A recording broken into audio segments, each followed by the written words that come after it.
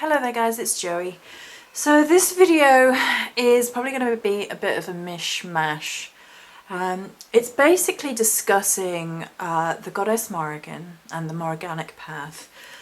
Some lessons that I have been putting myself through recently, but more about discussing pathworking, the personalization of pathworking, and a couple of kind of disappointing themes that I have unfortunately seen quite a bit of lately. Initially, this video was going to be me featuring a spell set that has been requested for day-to-day regular Morganic practice within one's spiritual path, and then me discussing and showcasing one or two different ways in which I regularly practice and dedicate and honour the Goddess Morrigan. And it was going to be a much lighter video originally, and I am still going to showcase the products because the lady who the products are for would like to see them, obviously, and that is my duty as a crafter of magical items to present those items. It's a sacred bond, a sacred duty, and I will uphold that. But every time I come to sort of making this video about sort of discussing a few different ways in which I personally sort of honour the Goddess Morrigan on a regular day-to-day basis, perhaps, something has come up time and time again over the last few days, which has kind of hindered my willingness to actually speak to those things that I regularly practice. And that's really quite sad and disappointing, that I've for a few days thought, you know what, I just I don't want to speak about it, that kind of feeling about things. So I think what we will do is we will showcase the items first, and then we'll get into the discussion, because the discussion could get a bit ranty. I'm not sure. I'll try not to. I'm trying to maintain a level of equilibrium discussing this. So we'll show the regular practice items, and initially I had a little bit of a concern with the idea of a set that was for interacting with the Goddess Morrigan on a regular basis, because it felt very much trying to create a box for this goddess. And if you know anything about the store, you know there is a ton of different themed Morrigan items on the store, because I feel that her energy is incredibly vast, and I feel like she's a shapeshifter, and there are so many elements and attributes and aspects to connecting with her energy that having one overarching set just to connect with the Goddess Morrigan on a daily basis was a little bit closeting, if you like, for me. It felt, I wasn't sure initially how to go about it. And so what I actually did was, the set, Raven Queen, is about connecting with who we want to be on a daily basis in order to honour the Goddess Morrigan and best to connect to her.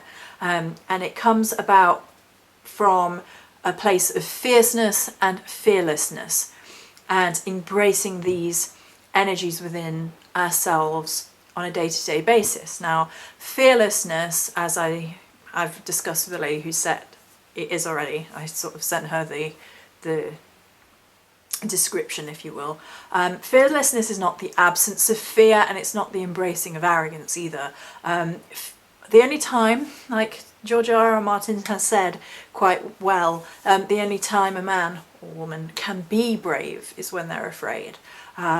And it's more about the overcoming of one's fears and the embracing of one's shadow self and difficulties, and overcoming those elements and finding the things that we are actually afraid of, versus things that we think we might be but we're actually not, or things that people are telling us that we're afraid of and telling us are wrong with ourselves. It's about a kind of self-discipline, more than listening to an outside influence that can be hindering to our connection with deity. And it's kind of topical, actually.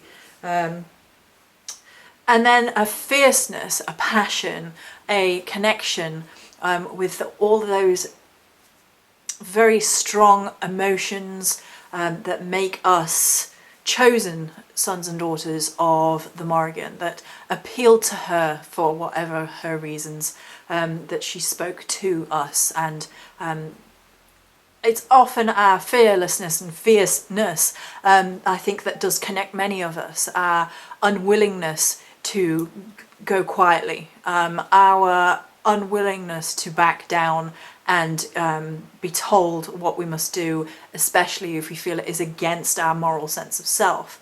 And these sort of lessons have been coming up time and time again, and in recent times is really quite topical in like the world at large right now, as well as what we're going to be discussing in a minute in this video. So I'll just show you the items and then we will move on to the discussion part of the video. So this is the pillar. The pillar actually was a right fuss pot and went through 3 alliterations before I was happy with it. I'm really, really happy with the final outcome. We basically channeled raven energy for the primary essence of flight and fearlessness. I liked the idea of sort of that interplay that ravens fly and we must stand our ground. So it's like the fight or flight response. So we choose to fight unless we absolutely must wait and fight and live to fight another day. But I liked that kind of interplay with the raven energy of the Phantom Queen, and it has a very otherworldly feel to the pillar in the end. The spell oil is as thus. I hope the light will allow it to shine through. It's possibly not, because the light is absolutely terrible, because we're getting into that time of year and all of my lights, despite being the full-on energy saving brightest lights, are still not great for showcasing at this time. It's like 3 or 4 in the afternoon and the light is gone. Then we have the smudge for creating that temple, that energetic temple of fearlessness in order to connect to the Goddess Morrigan. It's very much about creating her sanctum, a place of honouring and worshipping her. And last but not least is a slight variation on the rest of the theme. This is a blasting powder for the Goddess Morrigan. This is Kiss with a Fist, and is very much about blasting out all that which stands in the way of us being our truest selves, no matter who it might be, where it might be, what it might be. It's just not allowing anything in, and it has a very Morriganic, almost violence to it. It refuses to permit things that should not be in your life anymore, and that's very Morriganic as far as I'm concerned, in that she breaks down all of that which isn't to your higher self, that is detrimental, which is beneath you, which is weakness, that you are permitting within your life. Right, so that's the items, and apologies for anybody who didn't want to see only items and just wants to hear me discuss about the Morriganic energies, but it's my duty to do so for the lady whose items it was. So I really wanted to talk a little bit about this individual path working, and this has come through a few different venues of thought recently. The first thing that has popped up again, and I actually approached the person who started the initial topic to thank her for her thoughts. Some of the other people's thoughts on it, not so much, but it was about the idea of what it actually means to be a warrior within the Morriganic path, and the refusal to accept what some people are saying is a form of warriorship. And that without a physical engagement in warrior activities, one cannot call oneself a warrior of the Morrigan.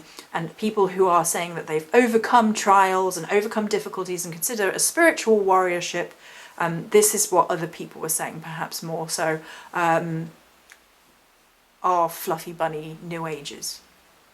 And it really, really knocked me off. but I took the time to go and sit with myself and think, why is this really bothering me? Why is this really irritating me? Is there like a truth to it that I feel there is a truth to this? There's something that I want to bring into my path that I feel is lacking. And I decided in the end that what it is a part of me has always wanted to have a physical warrior training. There is a part of me that wants desperately and has always desperately wanted to learn kickboxing, on archery or sword skills. And I would absolutely 100% really like to do that. And I've looked at it as a process of being this discussion, if you like, that is a part of me that agrees on some level that I need to do that, and I feel that perhaps that is lacking in my path a bit, that I need blade training, and I want blade training, or I want kickboxing lessons and archery and things like this, and that I can then learn to defend myself in a very physical manifestation of my relationship with the Goddess Morrigan, and do that as part of my path working and honouring her.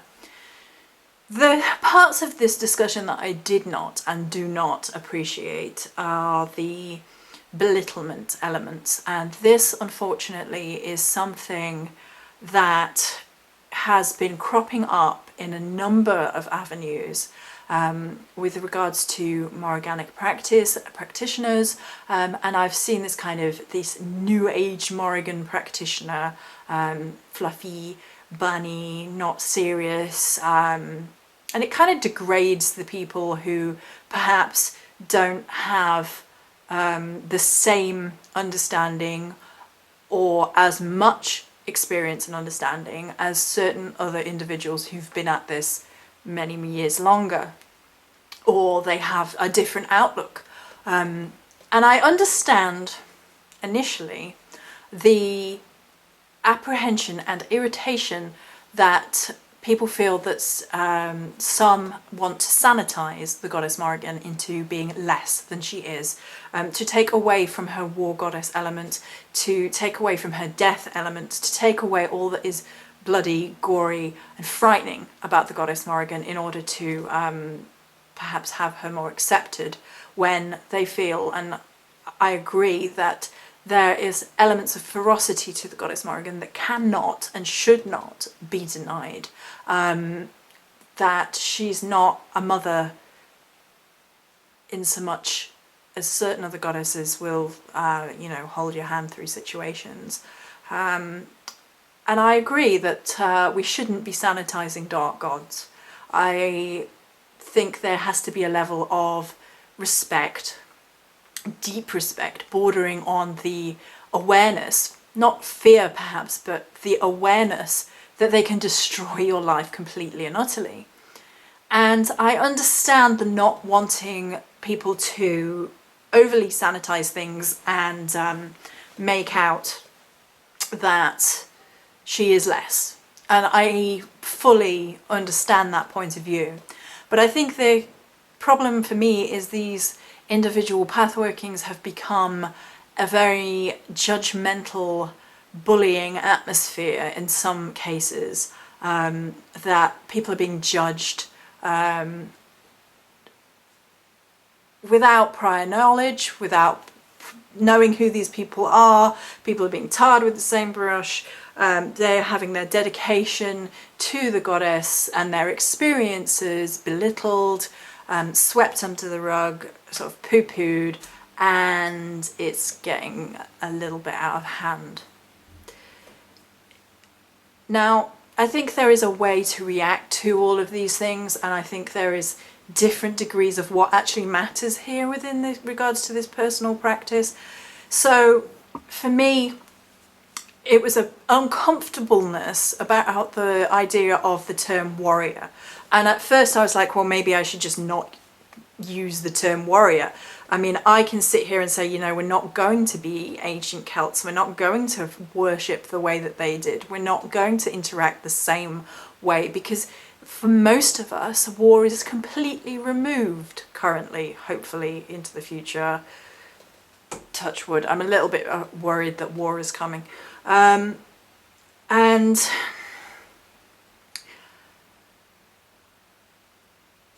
we don't live like ancient Celts lived, and their war forms don't exist in this time period. The way that wars are fought aren't the same as the wars back then, and there is this kind of rose-tinted glasses history about these violent Celts, and I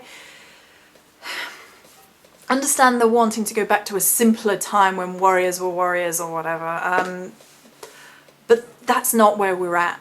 We don't live in that time. It's not possible. And I really, really don't like the degradation of people's personal experiences about what they have survived.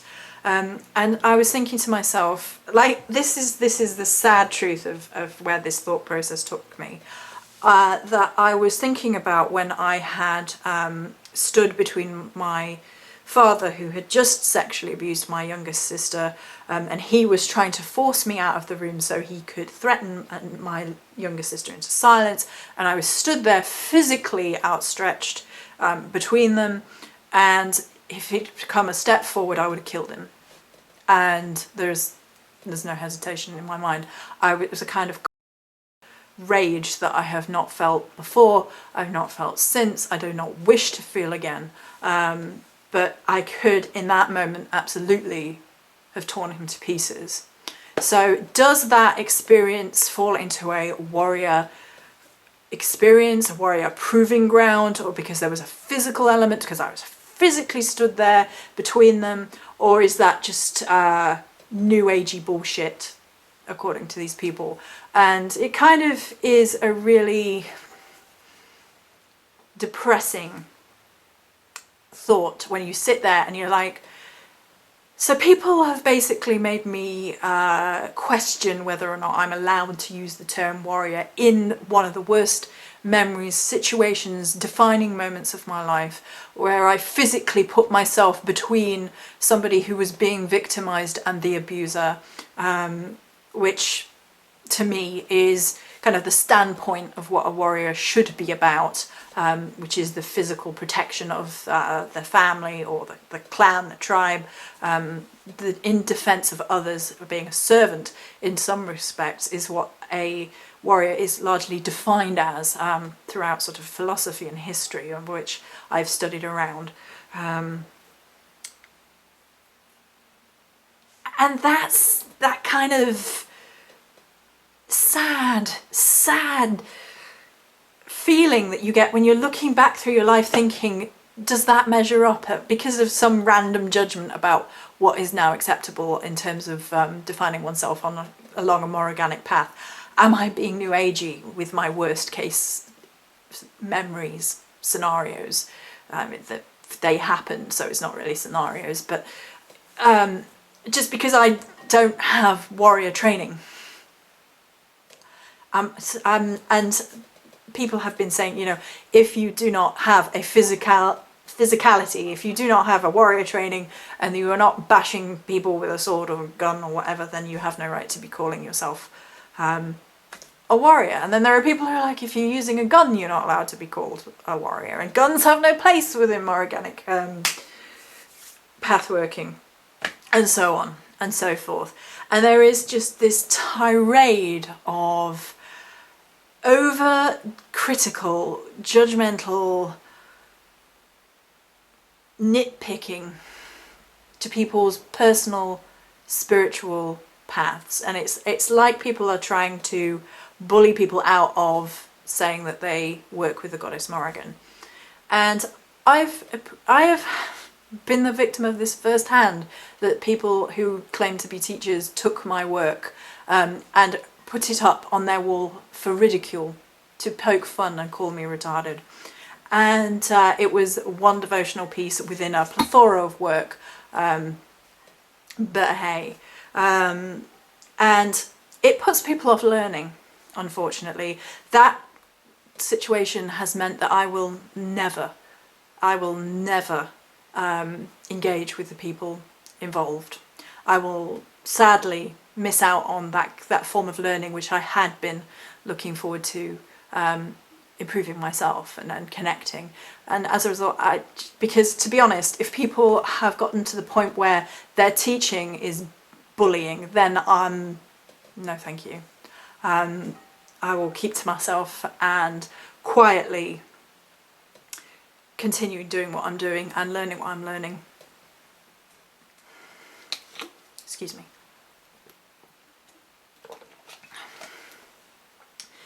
And it's sad in a lot of ways because it also makes you shrink in on yourself a little bit. And some people inevitably question the goddess herself. Is this what the Goddess Morrigan inspires in people?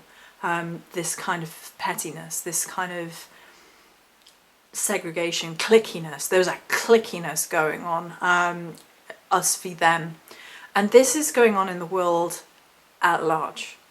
Us versus them is a real problem right now. I mean, it's always been a real problem, but it's highlighted right now in the Western world even. Like, there's always been an us versus them mentality, I think, between like people who are different for whatever reason.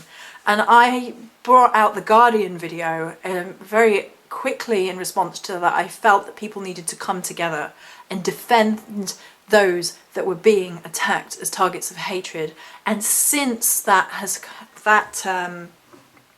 election, since that Brexit, since all of this political upheaval and terrible, terrible ongoing victimization of certain groups of people has continued, and people are trying to put things into law which would segregate, and I can't even, because it stresses me out so much. People are turning on one another, even within the pagan community. And unfortunately, I see this quite a lot, and I'm thinking, this is the time when the pagan community needs to stand together and not be like at each other's throats. I had a poor woman who, I won't mention any names, but her husband is a police officer, and he is, as a son of the Morrigan, an open son of the Morrigan, is coming under attack from other pagans because he is a police officer. Now, police officers are perhaps more, and other than the military, perhaps the only kind of warrior archetype left within Western society that sees combat, and he is coming under constant hatred and attack from people outside, so presumably the non-warrior archetype, so that, you know, it's crime on both sides of this fence of people who are considering themselves like spiritually invested in Morrigan, and those who have a physical warrior path. And there's this division going on, where these people have been slinging mud and slinging hatred at him, presumably because in the media there's a lot of badly behaved police officers, particularly with things to do with Standing Rock right now, which I am in support of those who are peacefully protesting at Standing Rock and have every right to be, because what is being committed there is shocking, and it's just shocking abuse of land and people because of greed. And so presumably people are seeing that on the media and then like tarring all policemen with the same brush. And I'm thinking to myself, this is exactly what those hate mongers at the top want, because good people, good police officers, people who get involved with the law to protect and serve in America, as they say, and actually care about those things, are then being targeted as beacons of hatred because there are those who are acting violently, who are featured on the news, who are being portrayed as completely untrustworthy.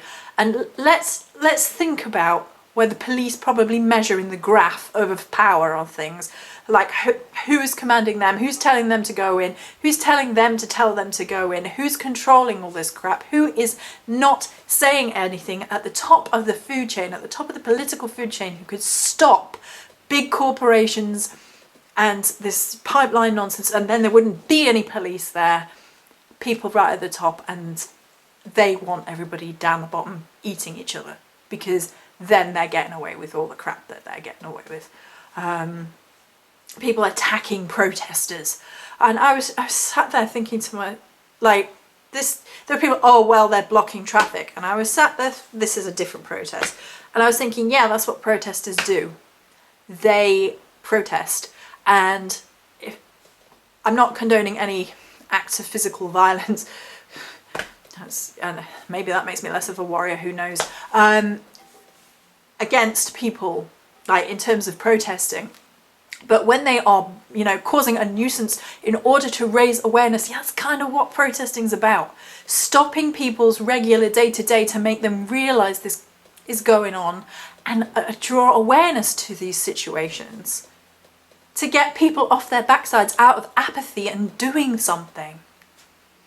So I've kind of ranted a bit more. I just realised we've kind of segued a bit here. Joe, we've kind of ranted a bit here, kind of got off more organic worship. But to be honest, I think having a cause, having a belief, having a morality is at the heart, should be at the heart of any spiritual path, because ultimately following a goddess, no matter how you are doing that, is a spiritual path walking. Is it not? Is it not about the relationship and the belief with a spiritual entity?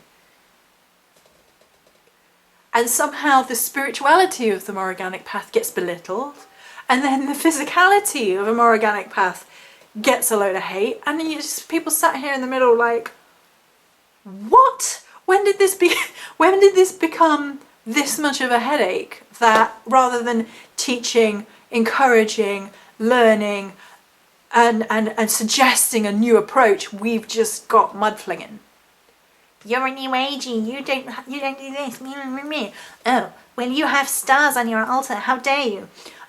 Well, you're obviously a person full of hate because you're a police officer. What? What? Stop it. Everybody just stop.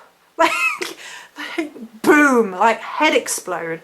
I don't understand why there isn't like an educational vibe going on.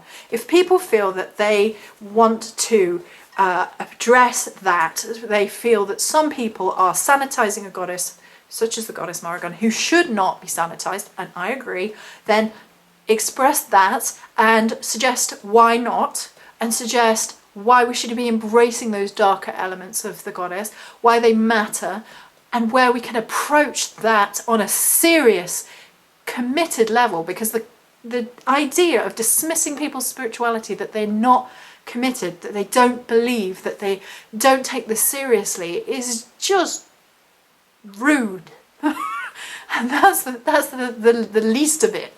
And then slinging hatred at people who have committed to upholding justice and peace and the law, just because they're a policeman and you see on the news there is these terrible things going on, which you should be absolutely, those terrible things on the news, such as Standing Rock and those protests, you should absolutely be paying that focus. But your focus shouldn't be on, oh no, how terrible it is that these policemen are, so let's attack policemen that we know. That's not the right way about it. This is a cause that needs our attention. This is something that we need to stand up for. What can we do? Not looking at our neighbours and saying, well. So yeah. The problem is, I guess, as a final thought, is the individual path working of the Goddess Morrigan is individual. There isn't a guidebook, there isn't a rule book. There are those that stick to the canon, the myth, the law, without hesitation, without question. I don't personally agree with it. I think that the mythos and the law is incredibly important to know and read and even dissect if that's your thing. But I believe in evolution. I believe in an evolutionary stance. I don't believe that we are meant to be who our ancestors were. I think that is counterproductive to the human evolutionary process and the process of spiritual, well, I don't want to, evolution again, I guess, or ascension if you like, but maybe that's too new agey, who knows. And it's really sad that you sat here questioning your words and the phrases that you use to dictate something which in your heart you know is true, and in your heart, you know, pounds and your blood boils and you are who you say you are, but it's all being drawn into question for reasons, I guess. Right, I'm going to stop. So there you go. I'm going to stop. I think it's probably a good idea. I'm getting a bit ranty and it's not good. Many blessings.